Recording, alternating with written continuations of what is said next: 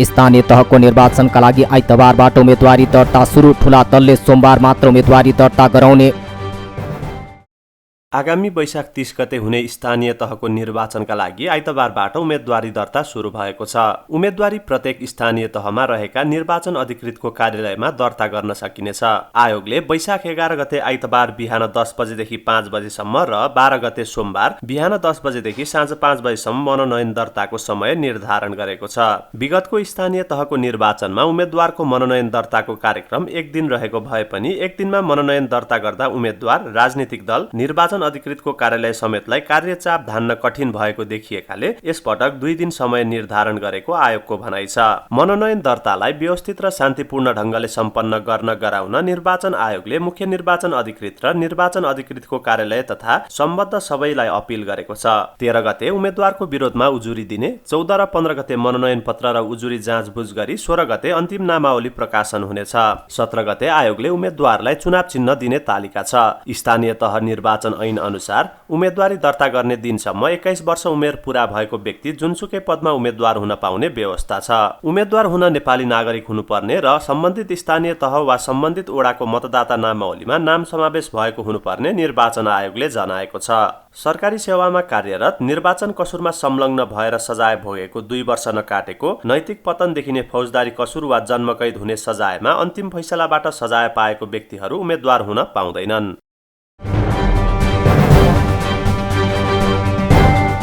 स्थानीय निर्वाचनका लागि पहिलो दिन उत्साहजनक उम्मेदवारी दर्ता भएको आयोगको भनाइ। ठूला दलले अझै उम्मेदवार टुङ्ग्याउन सकेनन्। चुनावमा टिकट बाँड्न कांग्रेसद्वारा केन्द्रीय संसदीय बोर्ड गठन। महानगर र उपमहानगरका उम्मेदवार छान्ने जिम्मा सभापति देउबालाई। नेपाली कांग्रेसले महानगरपालिकाका उम्मेदवार छान्ने अन्तिम जिम्मा सभापति शेरबहादुर देउबालाई दिएको छ। आइतबार सानेपा स्थित केन्द्रीय कार्यालयमा बसेको केन्द्रीय कार्य सम्पादन समितिको बैठक र संसदीय समितिको बैठकले सभापतिलाई 6 महानगरका प्रमुख र उपप्रमुखका उम्मेदवार छान्ने अधिकार दिएको हो। कांग्रेसको विधान अनुसार संसदीय समितिले उम्मेदवारको टुङ्गो लगाएर केन्द्रीय समितिबाट अनुमोदन गराउनु पर्ने व्यवस्था छ। विधानका अनुसार पार्टी सभापति नै संसदीय समितिको सभापति र महामन्त्री संसदीय समितिको पनि महामन्त्री हुन्छन्। सभापति देउबाले पदाधिकारी बाहेक वरिष्ठ नेता रामचन्द्र पौडेललाई मात्र सम्मिलित गराएर समिति गठन गरेका छन्। समितिमा शेखर कोइराला अटेका छैनन्। त्यसबाहेक सभापतिले बढीमा 11 जना सदस्यलाई मनोनित गर्न पाउँछन्। सभापति देउबाले 3 दिनदेखि उम्मेदवार छान्ने विषयमा शीर्ष नेताहरूसँग छलफल गरे पनि सहमति जुट्न सकेको थिएन। पछिल्लो निर्णयपछि सभापति देउबाले नेताहरूसँग परामर्श गरेर उम्मेदवारको टुङ्गो लगाउने र मनोनयन पत्र दिने तयारी गरेका छन्। सत्ता गठबन्धन दलबीच चुनावी तालमेल हुँदा कांग्रेसले काठमाडौँ, ललितपुर र विराटनगरको प्रमुख तथा भरतपुर, वीरगञ्ज र पोखरा महानगरपालिकाको उपप्रमुख पद पाएको छ। बाँकी नगर र स्थानीय तहमा विवाद आएमा संसदीय समितिले नै उम्मेदवारको टुङ्गो लगाउनेछ। कांग्रेसद्वारा स्थानीय चुनावका लागि घोषणा पत्र सार्वजनिक। शिक्षा, स्वास्थ्य र रोजगारी प्राथमिकतामा एमालेमाथि परमादेशी सरकारको आरोप। नेपाली कांग्रेसले स्थानीय तहको निर्वाचनका लागि आफ्नो संकल्प सार्वजनिक गरेको छ। 88 पृष्ठ लामो संकल्पमा सबल स्थानीय सरकार, समुन्नत गाउँ, समुन्नत नगर, गाउँदेखि केन्द्रसम्म नेपाली कांग्रेसको सरकार भन्ने नारा लिएको छ। पार्टीले आफ्नो संकल्पमा चुनाव जितेपछि के गर्ने र नगर्ने कामहरूको सूची पनि बनाएको छ, जसमा पार्टीले आफूले गर्ने कामहरूमा 1 वर्षभित्र स्थानीय सरकारलाई थप स्रोत साधन सम्पन्न बनाउन, कर्मचारी व्यवस्थापन गरी आवश्यक जनशक्ति पदपूर्ति गर्ने व्यवस्था गर्ने तथा क्षमता अभिवृद्धिका लागि आवश्यक संरचना बनाउने तथा सुशासन, पारदर्शिता, जवाफदेहिता र वित्तीय अनुशासनका सम्पूर्ण सिद्धान्त अनुसरण गरी भ्रष्टाचार मुक्त र मितव्ययी शासन प्रणाली अवलम्बन र संस्थागत गर्ने लगायतका विषयहरू उल्लेख छन्। घोषणा पत्रमा सबल स्थानीय सरकार, समुन्नत गाउँ, समुन्नत नगर मुख्य नारा लिएर बनाएको घोषणा पत्रमा समुन्नत नेपालको जग बसाल्ने बाचा गरिएको छ। हरेक नागरिकलाई कुनै न कुनै उद्यममा जोड्ने, उत्पादन बढाउने, शिक्षा, स्वास्थ्य र पोषणको गुणस्तरमा सुधार ल्याउने, युवा ऊर्जाको बलमा नयाँ प्रविधि मार्फत विकास निर्माणलाई दिगो र तीव्र बनाउने विषय कांग्रेसको घोषणा पत्रमा समावेश छ। त्यस्तै पारदर्शिता र जवाफदेही स्थानीय शासन, सहज र प्रभावकारी सेवा, अनलाइन सेवालाई बढ़ावा, फरक क्षमता भएका ज्येष्ठ नागरिक, गर्भवती, सुत्केरी र दीर्घ रोगीलाई घर घरमै सेवा पुर्याउने र सार्वजनिक बिदाको दिन नागरिक एकीकृत सेवा मेला गर्ने कांग्रेसले जनाएको छ। त्यस्तै राजस्व स्रोतको रचनात्मक प्रयोग, करको दायरा बढाउने तर दर घटाउने, उद्यम व्यवसाय मैत्री कर प्रणाली निर्धारण गर्ने, घरेलु हिंसा, छुवाछुत, दाइजो, धूमपान र लागु औषध लगायतको नियन्त्रण र नियमन गर्ने उल्लेख छ। हामीले तपाईले देख्न सक्नुहुन्छ, हामी स्थानीय सरकार 5 वर्ष सञ्चालन गर्ने जिम्मेवारी माग्दै गर्दाखेरि स्थानीय सरकारको समीक्षा गरेका छौँ। 5 वर्ष स्थानीय सरकार हामीले सञ्चालन गर्यौँ। स्थानीय सरकार सञ्चालन गर्दै गर्दाखेरि केही अभूतपूर्व उपलब्धिहरू भएका छन्। त्यो अनुभव हामीले गरेका छौँ। केही राम्रा कामहरू छन् जसको हामीले चर्चा गरेका छौँ। कोभिड कालको बेलामा शिक्षामा, स्वास्थ्यमा, पूर्वाधारमा, सेवा प्रवाह हाम्रो स्थानीय सरकार अभूतपूर्व काम गरेका छन्। तर केही भयानक कमजोरीहरू पनि छ। खास गरी हामीले अधिकारलाई निरीक्षण गर्न चाहेका छैनौँ। कर्मचारी व्यवस्थापन सही हामीले गर्न सकेनौँ। भ्रष्टाचार व्यापक भएको छ। कतिपय ठाउँमा अधिकार क्षेत्रमा बाहिर गएर हामीले कामहरू गरेका छौँ। कतिपय अनुत्पादक क्षेत्रमा हामीले प्रतिस्पर्धा गरेका छौँ। यी कमजोरीहरूको पनि हामीले निर्मलतापूर्वक समीक्षा गरेका छौँ। हामीले यो के हो, हामी आफैले पनि 263 वटा स्थानीय सरकारको प्रमुख भएर चलायौँ। मधेसी जनाधिकार फोरम लोकतान्त्रिक सङ्घ मिसिएपछि हाम्रो सङ्ख्या बढेर 272 भयो। 272 वटा प्रमुखको काम गर्दा हाम्रो अनुभव भयो। हाम्रो दाबी हामीले 100% राम्रो काम गर्यौँ। हाम्रो स्थानीय सरकारले अभूतपूर्व काम गरे, अरूले नराम्रो काम गरे भन्ने छ। त्यस्तै हरेक पालिकामा सुविधा सम्पन्न उत्कृष्टताको केन्द्रका रूपमा एउटा अगुवा विद्यालय बनाउने, विद्यालय छाड्ने दर घटाउने, हरेक पालिकामा व्यावसायिक सिप विद्यालय, निशुल्क सेनिटरी प्याड, अभिभावकसँग सहकार्य लगायतका विषय कांग्रेसको घोषणा पत्रमा उल्लेख छ। त्यस्तै 10% बजेट स्वास्थ्य क्षेत्रमा छुट्याउनै पर्ने, ओडामा आधारभूत स्वास्थ्य केन्द्र, गाउँ नगरमा विशेषज्ञ सेवा सहितको प्राथमिक स्वास्थ्य तथा उपमहानगर र महानगरमा विशेषज्ञ सेवा सहितको अस्पताल बनाउने कांग्रेसको प्रतिबद्धता छ। नेपाल कम्युनिस्ट पार्टी एमाले भन्दै आएको कि यो परमादेशबाट बनेर आएको सरकार भनेर भन्दै आएकोलाई उहाँलाई सम्झाइनु पर्ने आवश्यकता हामीले महसुस भयो कि नेपाल कम्युनिस्ट पार्टी एमाले भन्ने पार्टीले सर्वोच्च अदालतको आदेशबाट जन्मिएको पार्टी हो। नेपाल कम्युनिस्ट पार्टी बनाएर नेकपा एमाले र माओवादीलाई विधिवत रूपमा विसर्जन गरिसकेपछि सम्मानित अदालतले नेपाल कम्युनिस्ट पार्टी एमाले भन्ने पार्टी जन्माएको हामीले यो स्मरण गराउनु पर्ने भएको छ। र जसलाई अहिले नेपाल कम्युनिस्ट पार्टी एमाले खास गरिकन पार्टीको तर्फबाट पूर्व प्रधानमन्त्रीले, पार्टीका साथीहरूले विकास विकास विकास हाम्रो पालामा यस्तो विकास भयो, हामीले त्यो अस्पताल बनायौँ, त्यो बाटो बनायौँ भनेर तथ्य तथ्याङ्कलाई तोडमोड राख्नु भएको छ। हामी बाध्य छौँ कि हामीले जनतालाई बताउनु पर्ने छ। तथ्यले के भन्छ, प्रमाणले के भन्छ, तथ्याङ्कले के भन्छ, वास्तविकता के भन्ने कुरा बताउनु पर्ने छ। त्यस्तै सुत्केरीलाई 5000 रुपियाँ सुत्केरी सहायता भत्ता र गर्भवती पोषण प्याकेज दिने उल्लेख गरिएको छ। त्यस्तै किसानलाई 2 देखि 4% ब्याजमा ऋण, उन्नत बिउ र पशुपन्छीमा 50% अनुदान, बजारीकरणका लागि कृषि एम्बुलेन्स लगायतका विषय पनि कांग्रेसले घोषणा पत्रमा समावेश गरेको छ। कांग्रेसले महामन्त्री गगन थापा संयोजकत्वको स्थानीय तह निर्वाचन 2079 घोषणा पत्र तयारी समिति बनाएको थियो।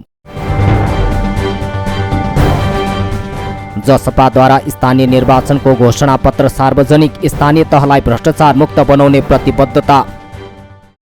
जनता समाजवादी पार्टी जसपा नेपालले स्थानीय निर्वाचनको घोषणा पत्र सार्वजनिक गरेको छ। स्थानीय तहलाई भ्रष्टाचार मुक्त बनाऊ, विकास र समृद्धिको अभियान अगाडि बढाऊ नाराका साथ जसपाले आफ्नो घोषणा पत्र सार्वजनिक गरेको हो। जसपाले आफ्नो घोषणा पत्रमा प्रत्येक ओडामा 50 र नगरपालिकामा 500 जना युवालाई रोजगारी दिने कार्यक्रम राखेको छ। त्यसैगरी माध्यमिक तहसम्मको शिक्षा व्यावहारिक रूपमै निशुल्क र गुणस्तरीय बनाउने घोषणा पत्रमा उल्लेख छ। मधेसी, थारू, मुस्लिम, आदिवासी जनजाति, खस, सीमान्तकृत, अल्पसंख्यक र लोपोन्मुख जाति, शिल्पी, दलित, दुर्गमवासी, महिला, लैंगिक अल्पसंख्यक आदिको सम्मानजनक सहभागिता, प्रतिनिधित्व र साझेदारीलाई सुनिश्चित गर्ने, 200 सम्मको खानेपानी बिल निशुल्क गर्ने, आधुनिक शौचालय सुविधा नपुगेका घर परिवारलाई शौचालय निर्माण गर्न 10,000 रुपियाँको अनुदान दिने लगायतका योजना जसपाले सार्वजनिक गरेको छ।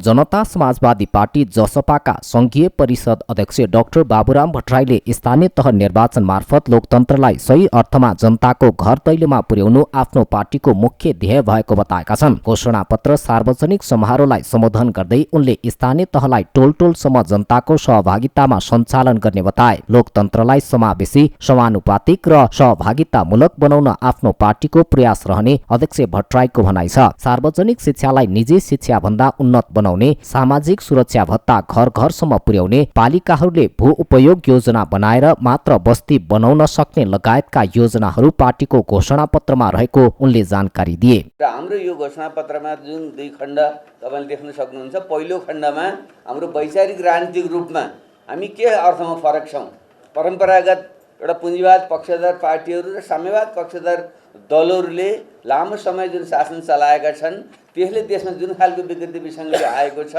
न त केन्द्रमा न प्रदेशमा न स्थानीय तहमा ठिक ढङ्गले काम भइरहेको छ, त्यसको विकल्पमा हामीले एउटा समुन्नत सङ्घीय समाजवादको एउटा नयाँ वैचारिक जुन धारा अगाडि सारेका छौँ, यसले लोकतन्त्रलाई पनि समावेशी समन्वयवादिक र सहभागितामूलक लोकतन्त्रको अभ्यास गर्छ। हामी औपचारिक लोकतन्त्र मात्रै कुरा हामी गर्दैनौँ।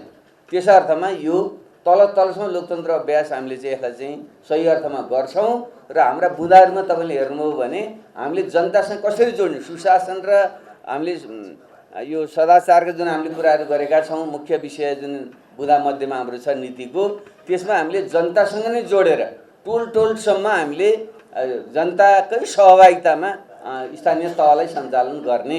जसपाका केन्द्रीय समिति अध्यक्ष उपेन्द्र यादवले जसपाले जितेको पालिकामा कृषिमा आधारित ग्रामीण स्वरोजगार कार्यक्रम सञ्चालन गर्ने बताए। प्रत्येक पालिकामा 50 शय्याको अस्पताल, प्रत्येक ओडामा स्वास्थ्य चौकी र प्रत्येक व्यक्तिलाई स्वास्थ्य बीमा गराउने आफूहरूको योजना रहेको उनले सुनाए। प्रत्येक घरमा विद्युतीकरण गर्नेदेखि ग्रामीण वातावरणलाई सुधारेर स्वच्छ बनाउने सम्मका योजना पार्टीको घोषणापत्रमा रहेको उनले बताए। र शिक्षित भइसकेपछि रोजगारीको अवस्था महत्त्वपूर्ण हो र कृषि क्षेत्रलाई विस्तार गरेर आधुनिकीकरण गरेर र त्यहाँ रोजगारीको ग्रामीण रोजगारी योजना, ग्रामीण स्वरोजगार, कृषिमा आधारित साना उद्योगहरू विभिन्न देशहरूले बडो सफलतापूर्वक सम्पन्न गरेका छन्। भारतमा पनि आसाम, मेघालयतिर ग्रामीण उद्योगहरू, कृषिमा आधारित साना उद्योगले यति महत्त्वपूर्ण भूमिका निर्वाह गरेका छन् कि त्यहाँको गरिबी बेरोजगारीलाई अन्त्य गरेको छ। हामीले पनि ग्रामीण क्षेत्रबाटै ग्रामको विकास गर्दै, कृषि क्षेत्र लगायत विभिन्न क्षेत्रको विकास गर्दै त्यहाँ स्वरोजगारमूलक कार्यक्रमहरू ग्रामीण क्षेत्रमा सञ्चालन गर्दै गरिबी र बेरोजगारीलाई अन्त्य गर्न महत्त्वपूर्ण भूमिका खेल्न सक्छ। जसपाले सुशासन र पारदर्शितालाई स्थानीय तहमा स्थापित गराउन पार्टीको ध्यान जाने बताएको छ। स्थानीय तहको सेवालाई अझ प्रभावकारी बनाउँदै यातायातको सुविधा नभएको ठाउँमा घर घरमा टोली पठाएर सेवा पुर्याउने घोषणापत्रमा उल्लेख छ। विकास निर्माणको काममा प्रदेश सरकार र केन्द्र सरकारसँग समन्वय गरेर मात्र गरिने उल्लेख छ। करको दायरालाई बढाएर करको दरलाई भने घटाउने उल्लेख गरिएको छ। त्यसैगरी जसपाको घोषणापत्रमा पालिकाको वरिपरि रिङ रोड निर्माण गर्ने, पालिका र ओडा जोड्ने सडक निर्माण गर्ने उल्लेख छ। पालिकामा महत्त्वपूर्ण योजना बनाउँदा सर्वदलीय सहमति गरेर अगाडि बढ्ने बताइएको छ। त्यसैगरी व्यावसायिक शिक्षालाई जोड दिँदै हरेक पालिकामा एउटा नमुना माध्यमिक शिक्षालय निर्माण गर्ने, हरेक स्वास्थ्य केन्द्रमा अनिवार्य रूपमा एउटा बर्थिङ सेन्टर स्थापना गर्ने, 5 वर्षभित्रमा पालिकाभित्रका सबै जनतालाई स्वास्थ्य बीमा गरिदिने तथा विपन्न वर्गको लागि स्वास्थ्य बीमाको प्रिमियर पालिकाले तिरिदिने व्यवस्था गरिने जनाइएको छ। हरेक पालिकामा 1-1 बिघामा खेल मैदान निर्माण गर्ने र नगरपालिकामा 3 वटासम्म रङ्गशाला बनाउनुको साथै महानगरपालिकामा अन्तर्राष्ट्रिय स्तरको रङ्गशाला निर्माण गरिने प्रतिबद्धता गरिएको छ। 5 वर्षभित्रमा पशु बीमा कार्यक्रमलाई लागू गर्ने, महिलाहरूले होमस्टे सञ्चालन गर्न चाहे 5% ब्याजमा 50 लाख रुपियाँसम्म ऋण दिने, वैदेशिक रोजगारबाट आर्जित रकमको कोष निर्माण गरी मुलुकमा हुने लगानीमा शेयर धनीमा रूपान्तरण गर्ने लगायतका कुरा घोषणापत्रमा उल्लेख छ। वृद्धहरूको स्याहार सुसार गर्न नसक्ने परिवारका लागि विशेष आवास गृह सञ्चालन गर्ने र हरेक ओडामा ज्येष्ठ नागरिक भेटघाट केन्द्र निर्माण गर्ने बताइएको छ। महिलाको नाममा जग्गा धनी पूर्जा भएको हकमा भूमि करमा 25% छुट दिने पनि जसपाले जनाएको छ।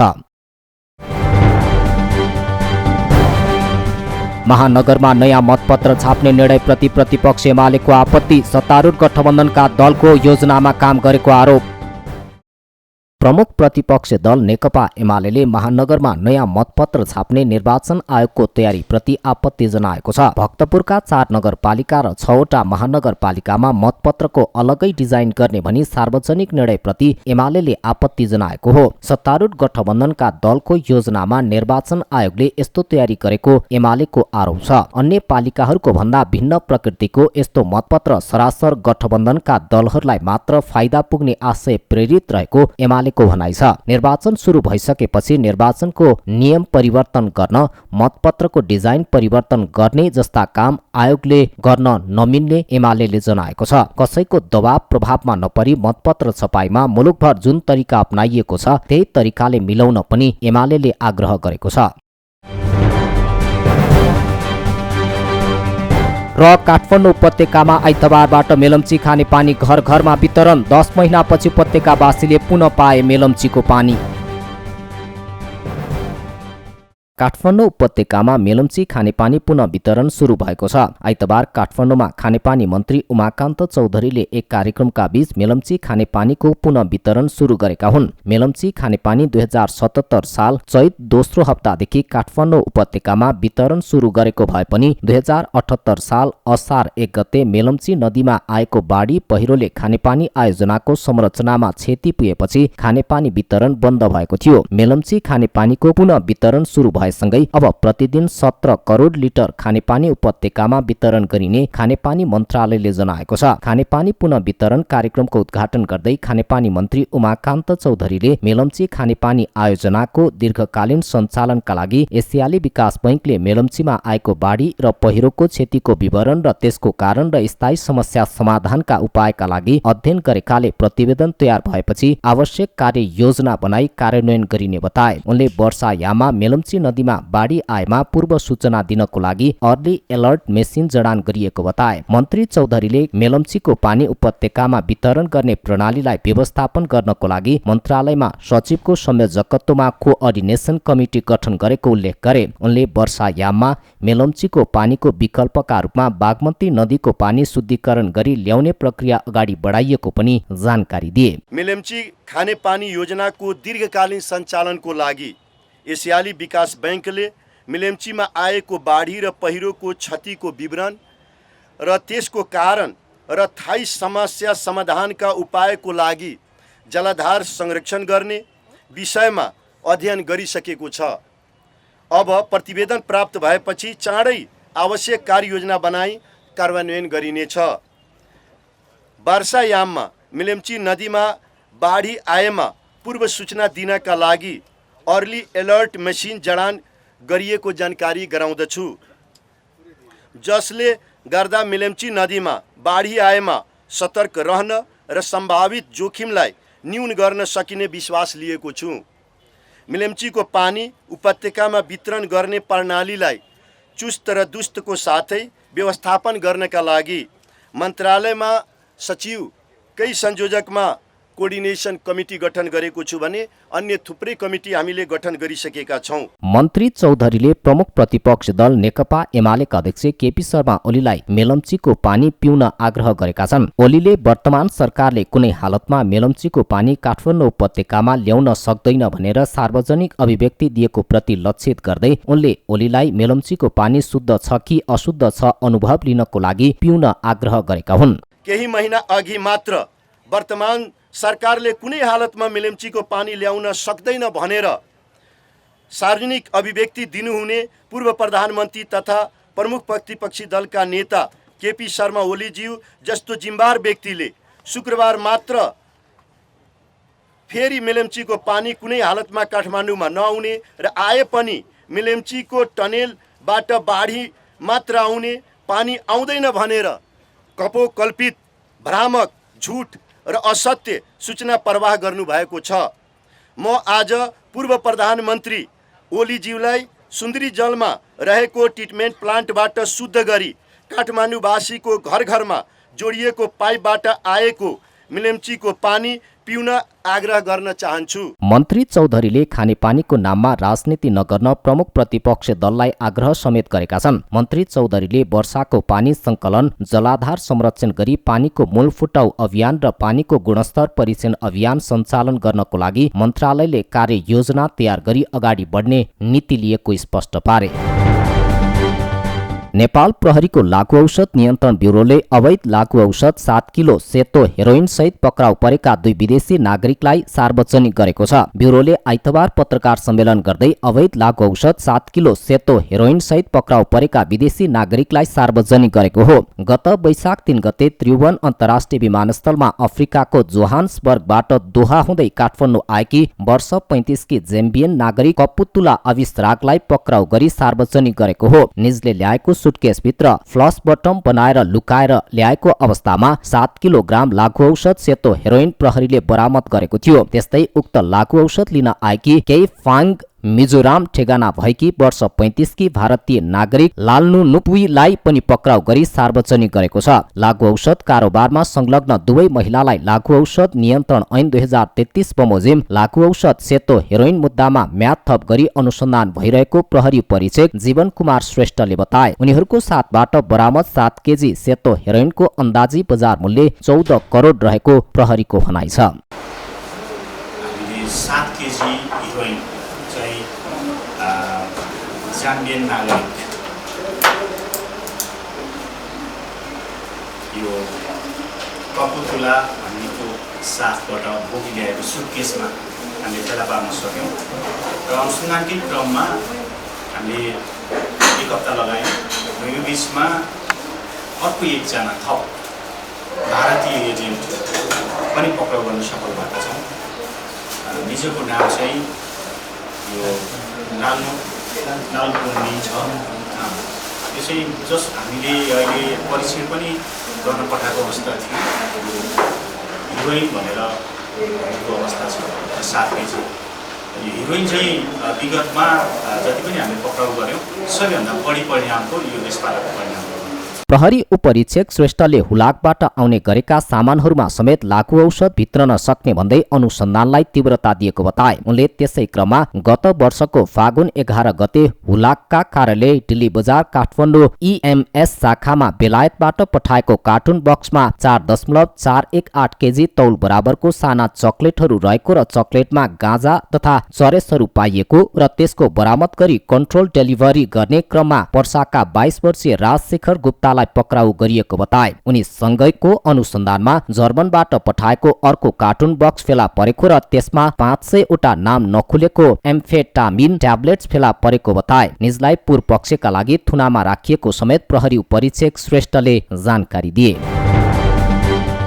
सरकारले शल्य चिकित्सा सम्बन्धी स्वास्थ्य उद्योग स्थापना गर्नको लागि सहयोग गर्न विश्व स्वास्थ्य संगठन समक्ष प्रस्ताव पेश गरेको छ। नेपाल भ्रमणमा आएको विश्व स्वास्थ्य संगठनका महानिर्देशक डाक्टर टेड्रोस अधानोम गेब्रेयेसस नेतृत्वको टोलीसँगको भेटमा स्वास्थ्य तथा जनसङ्ख्या मन्त्रालयले स्वास्थ्य चिकित्सा सम्बन्धी स्वास्थ्य उद्योग स्थापनाका लागि सहयोग गर्न प्रस्ताव गरेको हो। आइतबार डाक्टर टेड्रोस नेतृत्वको टोलीको नेपाल भ्रमणबारे जानकारी दिन आयोजित पत्रकार सम्मेलनमा बोल्दै स्वास्थ्य तथा जनसङ्ख्या मन्त्री विरोध खतिवड़ाले अत्यावश्यक औषधिको उत्पादन नेपालमै गर्ने र त्यसका लागि विश्व स्वास्थ्य संगठनले सहयोग गर्नुपर्ने प्रस्ताव पनि राखिएको बताए। भेटका अवसरमा डाक्टर टेड्रोसले कोभिड-19 प्रतिकारका लागि निशुल्क तथा समतामूलक खोप उपलब्धता तथा निशुल्क कोभिड-19 परीक्षण, कोभिड-19 का केसहरूको निशुल्क उपचार तथा व्यवस्थापनका लागि गरेका प्रयासको प्रशंसा गर्दै त्यसबाट विश्वका अन्य देशहरूले पनि पाठ सिक्नुपर्ने धारणा व्यक्त भएको पनि उनले बताए। स्वास्थ्य मन्त्री खतिवड़ाका अनुसार डाक्टर टेड्रोसले नेपालमा हाल सफलतापूर्वक सम्पन्न भइरहेको टाइफाइड खोप अभियानको पनि प्रशंसा गरेका थिए भने नेपालमा अत्याधुनिक आनुवांशिक प्रयोगशालाको विकास गर्न उपकरण तथा प्रशिक्षणमा सहयोग गर्ने इच्छा पनि व्यक्त गरेका थिए। नेपालमा बाल तथा स्त्री रोग ओन्कोलोजी